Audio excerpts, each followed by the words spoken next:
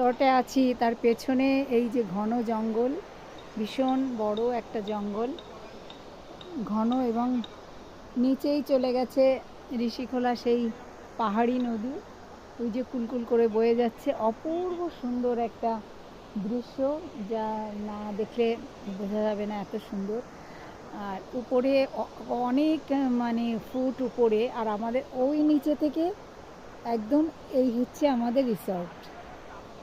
আর আমরা এতটা উপরে রয়েছি, আর এই যে পেছনে বেশ জঙ্গল, যেটা সত্যি আমরা ভীষণভাবে উপভোগ করলাম, যে প্রকৃতির এত সুন্দর একটা মনোরম দৃশ্য না এলে সেটা উপলব্ধি করা যাবে না। নিচে ওই যে পাহাড়ি নদী বয়ে চলেছে,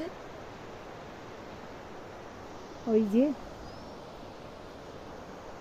এইখানকার এই যে চলেছে বয়ে, আর পেছনে এই যে ঘন জঙ্গল।